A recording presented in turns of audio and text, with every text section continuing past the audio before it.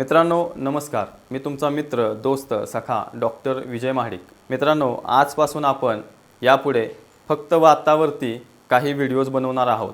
यालाच आपण वात सिरीज असं नाव देणार आहोत। वातामुळे होणारे आजार आणि वातामुळे कोणत्या कोणत्या तक्रारी आपल्या शरीराच्या मागे लागतात आणि त्याच्यावरती उपचार काय असतील हे या व्हिडिओच्या माध्यमातून आपण किंवा या वात सिरीजच्या माध्यमातून आपण माहिती करून घेणार आहोत। मित्रांनो, आपल्या घरामध्ये जर कुणाचे गुडघे दुखायला लागले, कंबर दुखायला लागले किंवा पोटामध्ये जरी दुखायला लागलं तर आपण म्हणतो की त्याचा वात वाढला असेल। बऱ्याच व्यक्तींच्या गुडघ्यामध्ये दुखत असेल तर आपण काय म्हणतो की त्याचा तिथं वात आला असेल। काही लोकांचे पोटरीचे गोळे वरती चढतात, अशा परिस्थितीमध्ये देखील आपण म्हणतो की त्या व्यक्तीला वाई आली किंवा वात आला। पोटामध्ये दुखत असल्यास आपण म्हणतो की त्याला वाताचा गोळा पोटामध्ये आला असेल। मित्रांनो, जिथं जिथं दुखतंय त्या ठिकाणी वात हा अस्तित्वात असतो, कारण वाताशिवाय दुखणं नाही असं आयुर्वेदामध्ये म्हटलं जातं। मित्रांनो, आपल्या घरामध्ये वयस्कर लोक असतात आणि प्रत्येकाचा सांधेदुखी ही खूप कॉमन तक्रार असते आणि आपण अशा लोकांना म्हणतो की ज्या लोकांचं वय 60च्या वरती आहे की अशा व्यक्तींच्यामध्ये वात वाढलेला आहे। मित्रांनो, वात म्हणजे नेमकं काय? आपल्या शरीराला धारण करण्याचं काम हे वात करत असतो।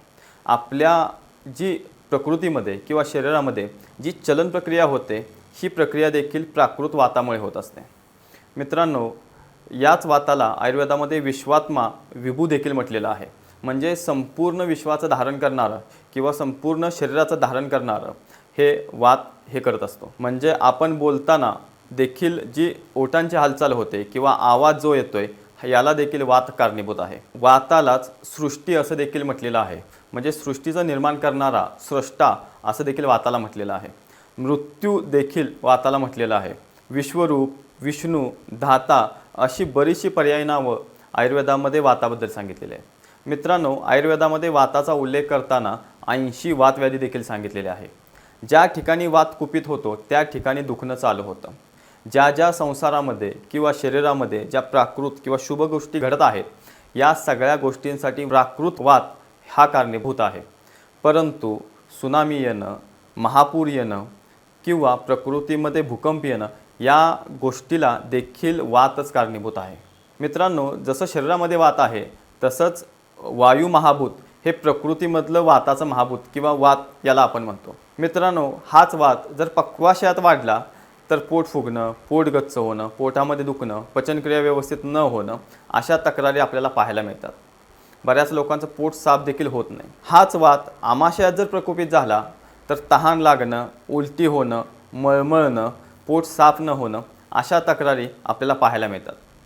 हाच वात समजा डोळ्यामध्ये, कानामध्ये जर वाढला तर डोळे दुखणं, कान दुखणं, डोळ्यामधून पाणी येणं, डोळे कोरडे पडणं, डोळ्यांची नजर कमी होणं ह्या गोष्टी वातामुळे होतात। कानामध्ये जर वात कुपित झाला असेल तर कान दुखणं, कानामध्ये ठणका लागणं, बऱ्याच वेळेला कानामधून घाणेरडा स्राव बाहेर पडणं हे देखील वात याला कारणीभूत आहे। बऱ्याच वेळेला ऐकायला कमी येणं हे देखील शरीरात वाढलेल्या वातामुळे होत असतं। म्हणून मित्रांनो, आयुर्वेदामध्ये वाताचं खूप महत्त्व सांगितलेलं आहे। याच्यासोबतच जर हाच वात जर सांध्यांच्यामध्ये वाढला किंवा समजा गुडघ्यांच्यामध्ये वाढला तर त्या ठिकाणी सांधेदुखी निर्माण करतो। कमरेच्या सांध्यांच्यामध्ये जर वाढला तर त्या ठिकाणी कंबरदुखी देखील निर्माण करतो। आचार्य वाग्भटाचार्यांनी काही वातव्याधी देखील सांगितलेले आहेत की ज्याच्यामध्ये या सगळ्या वातव्याधींची आपल्याला गणना करता येते। वात हा जर रक्तात वाढला तर याने खूप वेदना होतात, शरीरावरती लालपणा येतो किंवा लालसरपणा येतो। बऱ्याच लोकांच्या त्वचेमध्ये वात वाढतो, याच्यामध्ये त्वचा आपली कोरडी पडते। कोरडी पडल्यानंतर बऱ्याच वेळेला त्वचेतून पांढरा म्हणजे कोंड्यासारखा पदार्थ बाहेर पडतो। बहुतांश लोकांच्यामध्ये त्वचा फाटणे हा देखील प्रकार आपल्याला वातामुळे झालेला पाहायला मिळतो। वात जर मांस आणि मेदात जर कुपित झाला तर मांस धातू आणि मेद धातू शिथिल होतात। बऱ्याच लोकांचं वजन देखील कमी झालेलं आपल्याला पाहायला मिळतं। हाच वात अस्थि धातूमध्ये जर कुपित झाला तर हाडे ठिसूळ होतात आणि सर्व संधींच्यामध्ये वेदना होतात।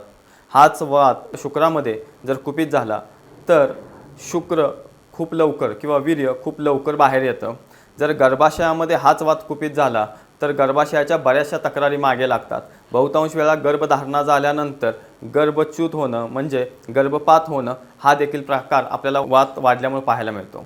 ज्या योनिव्यापद आहेत अशा योनिव्यापदामध्ये सुद्धा 20 योनिव्यापद जे आयुर्वेदामध्ये सांगितलेले आहेत अशा योनिव्यापदमध्ये सुद्धा वात हा प्रमुख घटक आहे. म्हणजे महिलांना होणारे विकार जे आहेत तर याच्यामध्ये प्रमुख कारणीभूत असणारा जो दोष आहे तो वात हा आहे. सांध्यांच्या मध्ये जर वात कुपित झाला तर सांधे शिथिल होणे किंवा लुळे पडणं हा प्रकार आपल्याला पाहायला मिळतो. हात जर वात धमन्यांच्या मध्ये कुपित झाला तर सगळ्या धमन्या खेचून घेतल्यासारखं वाटतं किंवा शरीर जखडल्यासारखं वाटतं. शरीर पाठीकडे वाकतं, अंगावरती सूज येते आणि खेचल्यासारखं शरीर होतं. यालाच किंवा धनुरासारखं म्हणजे धनुष्यासारखं शरीर ओढल्या गेल्यासारखं होतं, याला धनुर्वात म्हटलं जातं.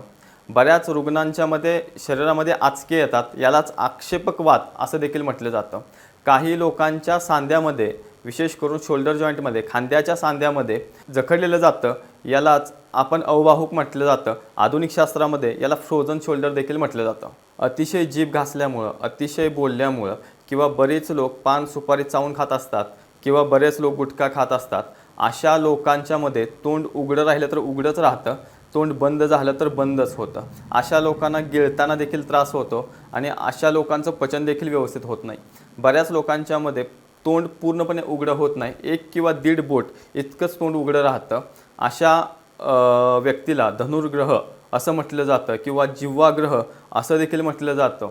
डोक्यावर ओझं घेतल्यामुळं, फार हसल्यामुळं, फार बोलल्यामुळं, तोंडामध्ये शिंक आल्यामुळं अशा रुग्णांच्या मध्ये वायू वाढून तोंडामध्ये वाकडेपणा येतो.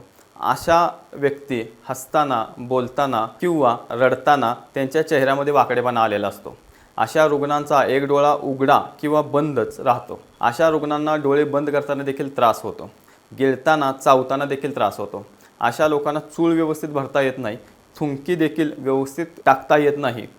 अशा आजाराला आयुर्वेदामध्ये अर्धित म्हटलं जातं. याला सोप्या भाषेत आपण चेहऱ्याचा पक्षाघात म्हणू शकतो किंवा बेल्स पाल्सी असं आधुनिक शास्त्रामध्ये याचं नामकरण केलेलं आहे. अशा व्यक्तीचा उपचार करत असताना नस्य करणं हे अतिशय चांगली चिकित्सा म्हटलेली आहे. याच्यामध्ये जर बलातेलाचं आपण नस्य केलं तर याने खूप चांगल्या पद्धतीनं त्याचा जो झालेला अर्धित आहे किंवा चेहऱ्याचा वाकडेपणा आहे तो कमी होऊन जातो. हाच वात प्रचंड प्रमाणात जर वाढला, संपूर्ण शरीरामध्ये पसरला आणि प्रचंड वाढलेला वात अर्ध्या शरीराला जखडून त्याचे अर्धे सांधे निकामी करतो, अशा व्यक्तींच्या मध्ये शिरा व स्नायू जखडून टाकतो किंवा शुष्क करतो. याच्यामुळे अर्ध्या शरीरात लुळेपणा येतो. यालाच आयुर्वेदामध्ये पक्षाघात म्हटलेलं आहे. अशा पक्षाघाताची ट्रीटमेंट करत असताना पक्षाघाते विरेचनम म्हणजे पक्षाघात झालेल्या व्यक्तीला, पॅरालिसिस झालेल्या व्यक्तीला जर आपण विरेचन केलं तर याने खूप चांगल्या पद्धतीनं त्याचा पक्षाघात कमी येऊन जातो. पक्षाघात झालेल्या व्यक्तीला त्याला जर आधी घेतलेला आहार विचारला तर त्याने शिळे मांस खाणं, त्यानंतर डाळीचे पदार्थ खाणं, भजी, समोसा असे तळलेले पदार्थ खाणं, हे पदार्थ खाल्लेले आपल्याला पाहायला मिळतात. पक्षाघात झालेल्या व्यक्तीला पहिल्या वर्षाच्या आतमध्येच उपचार घेणं खूप गरजेचं असतं, कारण त्याच्यामध्ये त्याची रिकव्हरी फेज ही खूप चांगल्या पद्धतीनं झालेली आपल्याला पाहायला मिळते. अशा रुग्णांच्या मध्ये स्नेहन करणं म्हणजे संपूर्ण अंगाला तेल लावणं, शेक देणं, सोबतच मात्रा बस्ती किंवा अनुवासन बस्ती करणं हे त्या रुग्णांसाठी खूप चांगलं फायद्याचं राहतं. अशा रुग्णांच्या मध्ये तेल लावून व्यायाम करून घेणं हे देखील अतिशय चांगला उपचार मानला जातो. कोष्टुक शीर्ष नावाचा आजार आयुर्वेदामध्ये आलेला आहे.